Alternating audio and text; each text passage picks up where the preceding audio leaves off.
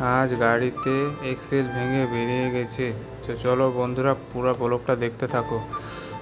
তো বন্ধুরা, আমি উপরা থেকে জয়দেবের রাস্তার দিকে যাচ্ছি। তো বন্ধুরা, এখানে জয়দেবের নদীতে জল নেই, কিন্তু বর্ষাকাল হলে, বন্যা হলে প্রচুর জল থাকে। এখানে মকর সংক্রান্তি অনেকে চান করতে আসে, অনেকটাই ভিড় থাকে। এখান থেকে নিয়ে নেবো আমি এলামবাজার রোড। তো বন্ধুরা, এখানে চারিদিকে মাঠ। এবার তো ধান কাটা হয়ে গেছে, এবার তো বর্ষাকাল সামনে চলে এসেছে, ধানের বীজ ফেলে আরও ধান হয়ে যাবে। তো বন্ধুরা, আমি এলামবাজার থেকে বাইরে নিয়ে নিলাম, বোলপুর রোডে যাচ্ছি।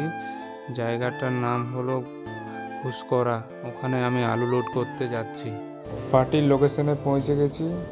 মাল তো এখানে রেডি হচ্ছে, মোটামুটি 1 ঘন্টার সময় লেগে যাবে। তো চলো লোড করা যাক, লোড করে দেখাচ্ছি। তো বন্ধুরা, গাড়িটার স্পিড কম ছিল বলে পাল্টি হয়নি। মোটামুটি 100 কিলোমিটার এক্সেল ভেঙে একদম গাড়িটা ঘষড়ে চলে গেছে একদম।